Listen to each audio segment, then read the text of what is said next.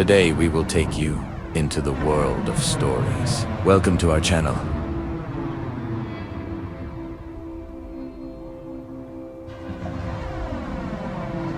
Hey everybody, have you ever wondered about the money in your wallet? Especially if you live in Europe. I'm talking about the euro. It feels like it's been around forever, right? But this single currency has a fascinating and pretty recent history. How did nearly a whole continent decide to ditch their famous francs, marks, and liras for one single currency? Let's dive in. The story of the euro isn't just about money.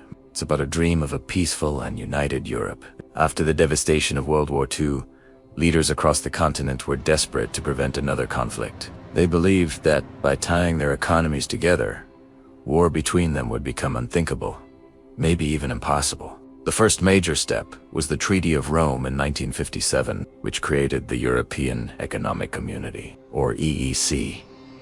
This was basically a club of 6 countries that agreed to trade freely with each other.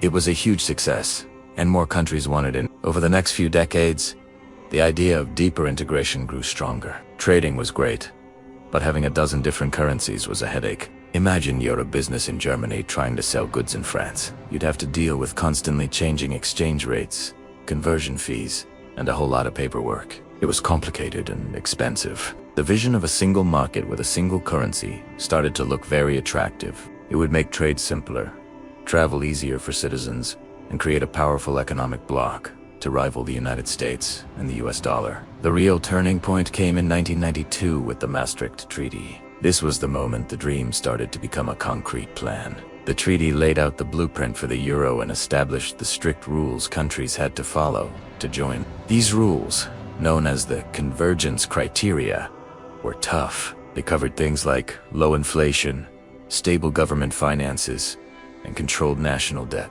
Not every country could meet these standards right away. It was like a very exclusive club with a strict entrance exam. So the plan was set. The name euro was officially chosen in 1995. The design of the banknotes was also a cool challenge. How do you design money for a dozen different countries without favoring any single one?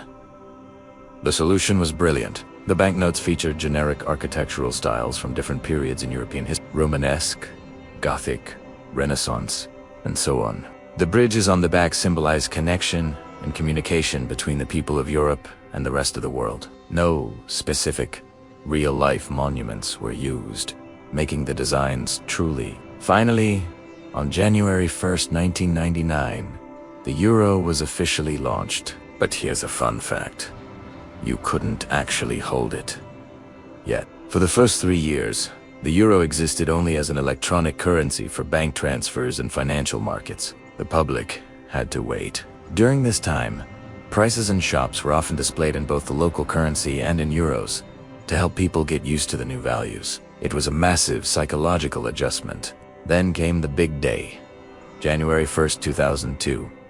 This was the day the euro notes and coins were finally introduced into circulation. It was one of the largest logistical operations in history. Billions of new coins and banknotes had to be distributed to banks and shops across 12 countries, all at once, for people on the street.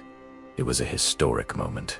Suddenly, the money in their pocket was the same as their neighbors in the next country. You could drive from Paris to Berlin to Rome, all without changing your money once. The journey wasn't always smooth, of course.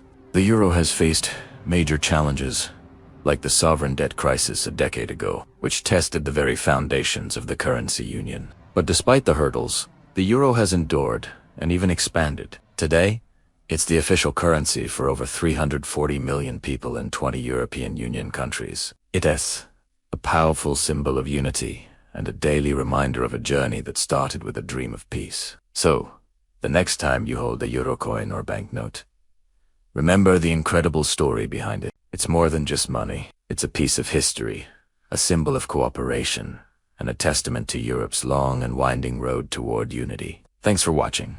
And if you enjoyed this journey through history, don't forget to like, subscribe, and hit that notification bell for more stories like this. See you in the next video.